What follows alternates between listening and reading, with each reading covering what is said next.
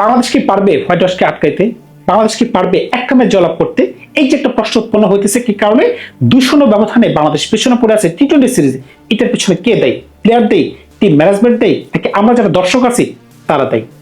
এখন দলের মাঝখানে কোন ধরনের পরিবর্তন আনলে আমরা বলতে পারবো যে এই ম্যাচটা অন্তত আমরা জয়লাভ করতে পারবো? এমনকি যারা রেগুলার মেম্বার, যাদেরকে আপনি দল থেকে বার করতে পারতেছেন না, তাদের খেলা মাঝখানে কোন ধরনের পরিবর্তন আনলে আমরা এই ম্যাচটাকে জয়লাভ করতে পারবো, দয়া করে সেটা কিন্তু আপনারা কমেন্টস করতে ভুলবেন না।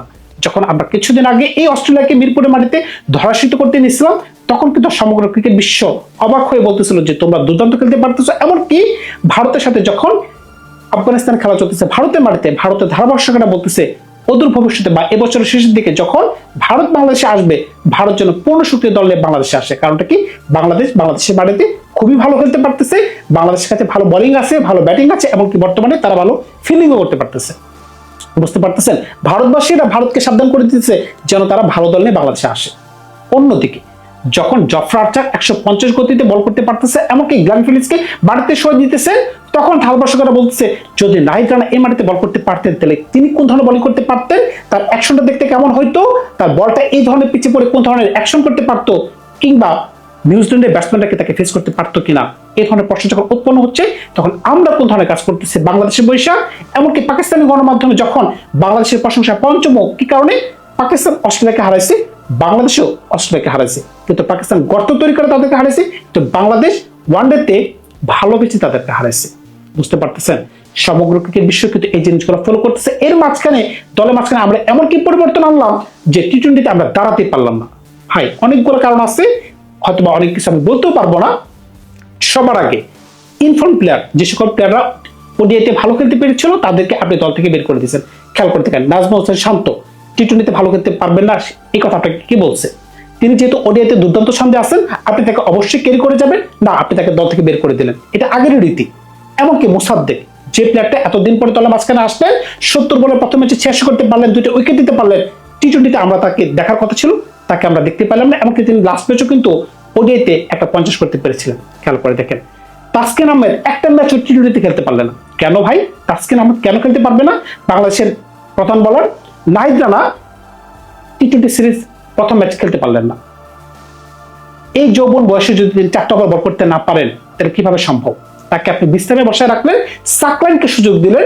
প্রথম ম্যাচে যাতা পারফরমেন্স বেশ ভালো কথা, প্রথম ম্যাচে আপনি ভুল করে ফেলছেন, কিন্তু দ্বিতীয় ম্যাচে আপনি কেন তাকে সুযোগ দিলেন? কার জায়গায় দিলেন? শরীফুল ইসলামের জায়গায়। আপনি চিন্তা করতে পারতেছেন যে শরীফুল লাস্ট ওডিআই ম্যাচে 6টা উইকেট দিতে পারছে, এমনকি প্রথম টি-20তে 2টা উইকেট দিতে পারছে, তাকে আপনি বিশ্রামে বসায় দিচ্ছেন। তাকে আপনি খেলাইতেছেন সাকলাইন, যে কিনা 4 বার বল করে 53 রান দিয়েছে, এমনকি 11 রানে তার 10টা বল খরচ হয়েছে, 10 বলে তিনি 11 রান করতে পারছেন। যখন 40 রানের প্রয়োজন 4 ওভারে, তখন তিনি ব্যাটিং করতে আসছেন। এরকম একটা অবস্থায় যেখানে ঋষাদ বেঞ্চে বসে আছে, যেখানে নাসুম বেঞ্চে বসে আছে, কি কারণ আপনি তাকে নামাইলেন? সবচেয়ে বড় কথা হচ্ছে আপনি নতুন প্লেয়ারকে অবশ্যই খেলাবেন, না হলে একটা দল কিভাবে বিল্ড আপ হবে?